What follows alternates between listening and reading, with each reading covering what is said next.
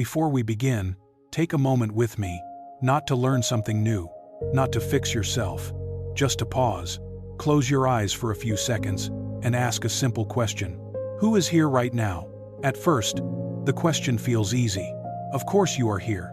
But if you look carefully, something strange happens. When you try to find the one who is watching, you don't find a person, you find a thought, and then another thought notices that thought. The observer keeps slipping away. This moment can feel unsettling, even uncomfortable. A quiet emptiness appears, as if the solid you assumed was always there, suddenly becomes blurry. Many people experience this without having words for it. Late at night, when the world is silent, during moments of anxiety, when thoughts won't stop, or in success, when achievement arrives but something still feels missing. Modern life keeps us busy, distracted, constantly moving. But underneath all of that, there is a familiar unease, a sense that we are never fully at rest, even when nothing is wrong. Buddhist teachings do not dismiss this feeling. They begin exactly here, not by offering comfort stories, not by promising a better version of yourself, but by inviting you to look directly at what you call me. This is not a philosophical game. It is not about believing something new. It is about seeing something clearly. And paradoxically, the more honestly you look for the observer inside your mind, the more you begin to notice something profound. The search itself may be the source of your unease. In this space of not knowing, a different kind of understanding can begin. Not loud, not dramatic, but deeply freeing. Let's step into that space together. Once you begin to notice the observer slipping away, another experience often appears. Your mind turns back on itself. A thought arises. Then another thought notices that thought. Then a third thought comments on the noticing. It can feel like standing between two mirrors, watching reflections multiply endlessly, never reaching something solid. This is exhausting. Many people describe it as mental fatigue, overthinking, or feeling trapped in their own head. You replay conversations, you analyze emotions, you question your reactions, and then you question why you are questioning at all. The mind becomes both the speaker and the listener, arguing with itself without pause. This experience can feel isolating. You might wonder, why can't I just stop thinking? Why does my mind never rest? But this is not a personal failure. It is not a flaw in your character, and it is not a mental illness by default. It is the natural condition of an untrained human mind. The mind is designed to reflect, predict, remember, and protect. When it turns inward without clarity, it creates loops instead of solutions. Buddhist teachings describe this not as something to suppress, but something to understand. The problem is not that thoughts appear. The problem is that we believe we must follow every one of them. When thoughts observe thoughts, and no space is allowed, tension builds, confusion grows, and rest feels impossible. Recognizing this loop is not the end of the journey. It is the first sign that awareness is already present, and that changes everything. If overthinking were the root of suffering, then solving problems would bring lasting peace. But it doesn't. People suffer even when their lives look stable from the outside, even when nothing dramatic is happening, even when circumstances improve. According to Buddhist insight, suffering does not begin with events. It begins with identification. When criticism arises, suffering appears because there is a me who feels attacked. When a job is lost, pain deepens because the story becomes, "This happened to me." When aging shows itself, fear emerges because there is a me who believes it is fading. The event itself may be difficult, but the deepest wound comes from the sentence added afterward. I failed. I am not enough. This should not be happening to me. This is what Buddhism calls clinging to self. We do not simply experience sensations, emotions, or thoughts. We wrap them in identity. We say, "This is who I am." Pain becomes personal. Change becomes threatening. Loss becomes unbearable. And the more tightly we hold onto this idea of me, the more fragile life feels. From this perspective, suffering is not a punishment. It is not caused by bad luck or weak willpower. It is the natural result of believing that a changing world must protect a fixed identity. Buddhist teachings do not ask you to deny pain. They ask you to look closely at how pain becomes suffering, not by fighting experience, but by questioning the story of ownership underneath it. And this questioning opens a door. The sense of I feels so natural that almost no one questions it. When sadness appears, we say, I am sad. When the body aches, we say, I am in pain. When worry arises, we say, I am anxious. These statements feel harmless. They feel accurate. They feel like simple descriptions of reality. From childhood, we learn to speak this way. Language trains us to place a solid me at the center of every experience. A body that belongs to me, feelings that happen to me, thoughts that come from me. Over time, this pattern becomes invisible. We no longer notice the difference between experience and identity. The emotion does not just appear. It becomes who we are in that moment. If the body is tired, I am tired. If the mind is restless, I am restless. If fear arises, I am afraid. There is no space between what is happening and who we believe we are. From a Buddhist perspective, this is not a mistake. It is the first and most basic illusion of the mind. Not an illusion in the sense of something imaginary, but an illusion in the sense of something assumed without investigation. The mind takes changing phenomena and gives them a permanent owner. This is why suffering feels so intimate. It does not feel like pain passing through. It feels like my pain. This level of identification is where most human beings live most of the time, and it explains why life often feels heavy, even when nothing is wrong. Before we can see beyond this illusion, we must first recognize how deeply normal it feels. Only then does another possibility quietly emerge. When people first encounter spiritual teachings, a common hope appears. If this ordinary I causes suffering, then maybe there is a deeper, truer self underneath, a wiser self, a permanent witness, something untouched by fear, aging, or loss. Many traditions point in this direction. They speak of realizing the true self, awakening the soul, or discovering an eternal observer behind experience. At first glance, this can feel comforting. It promises stability in a changing world, something to hold on to when everything else falls apart. Buddhism takes a different path. Instead of replacing the old I with a more refined version, it asks a more unsettling question. What if every version of I becomes something we cling to? From this perspective, even a spiritual self can become another identity to defend, another position to protect, another subtle form of attachment. This is why the Buddha warned against extremes.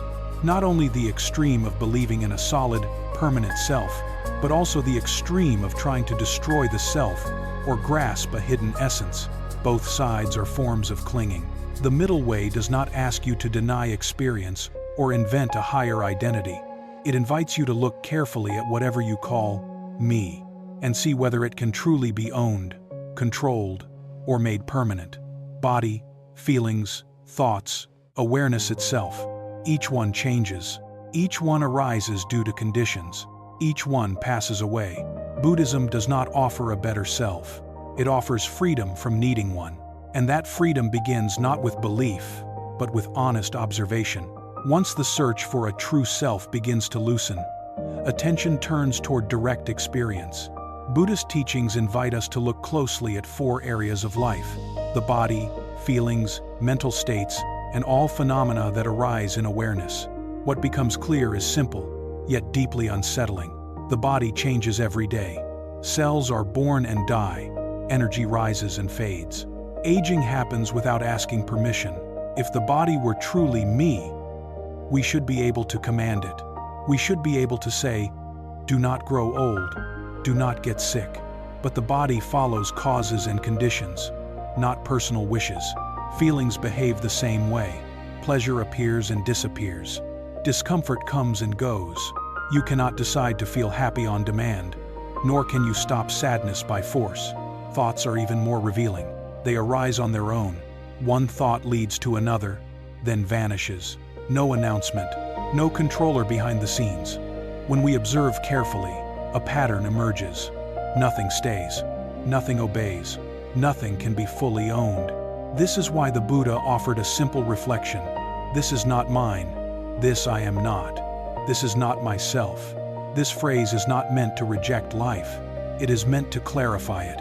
When we stop claiming ownership over what constantly changes, experience becomes lighter, not because problems disappear, but because we are no longer fighting reality. Seeing clearly does not numb life. It frees us from unnecessary struggle. And from this clarity, a deeper shift begins to unfold. As observation deepens, something unfamiliar begins to happen. For the first time, there is a small space between experience and identity. Sadness still arises. But instead of saying, "I am sad," there is a quieter recognition. Sadness is here.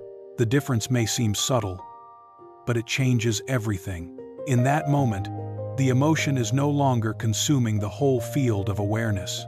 It is present, but it is not in control. There is room to breathe. Many people describe this as a sense of lightness, not happiness, not excitement, just relief. At the same time, it can feel strange, almost unsettling. If I am not my sadness, then what am I? If anger appears and passes, who is noticing it? This is the emergence of what is often called the observer. Thoughts are seen instead of followed. Emotions are felt instead of resisted. Sensations come and go without defining the self. From a practical perspective, this shift is deeply supportive. Anxiety no longer overwhelms in the same way. Fear still appears, but it does not dominate the entire mind. Modern psychology recognizes this as well. The ability to notice experience without becoming, it reduces suffering in real ways. Yet from a Buddhist point of view, this stage is not the final destination. It is an important threshold, a doorway. There is awareness, and there is what appears within it. The separation feels real, the observer feels stable, but quietly, another question begins to form. If there is an observer watching experience, what exactly is that observer made of? And that question leads us even deeper. At first, becoming the observer feels like freedom. You are no longer pulled into every emotion. You notice thoughts instead of being ruled by them. There is calm where there was once reactivity. But quietly, a new identity can form. I am the one who is aware. I am more conscious now. I am doing meditation correctly. This identity feels refined, even noble. Yet Buddhism asks us to look carefully here, because this observer can slowly become another version of me, a more spiritual self, a calmer self, a self that compares, measures, and evaluates progress. This is the subtle trap.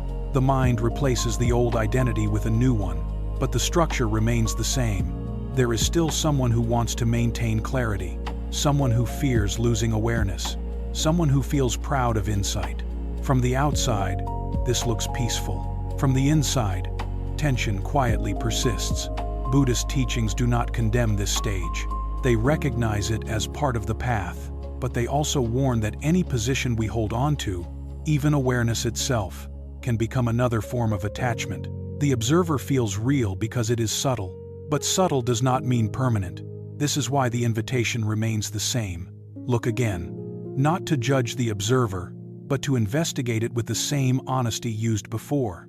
And when that investigation deepens, something unexpected begins to dissolve. When the observer itself is examined, a quiet shift can occur. Instead of finding someone who is aware, there is simply awareness happening. Seeing is present, hearing is present, sensation is present, but there is no separate figure standing behind them, no subject watching an object, no me, located inside, looking out, just experience unfolding. This moment does not feel dramatic, it feels simple. A sound is heard, a sensation is felt, a thought appears and fades. Nothing extra is added. In Buddhist terms, this is described as in the scene, just the scene. Experience without ownership, without commentary, without a center. Modern neuroscience approaches this from a different language, but points in a similar direction. Research suggests that the sense of a central self is not an entity, but a mental model constructed by the brain. When attention becomes stable and quiet, the activity associated with self-referencing decreases. What remains is not blankness, it is clarity. Experience continues, but without the constant feeling that someone must manage it. From this perspective, life does not disappear.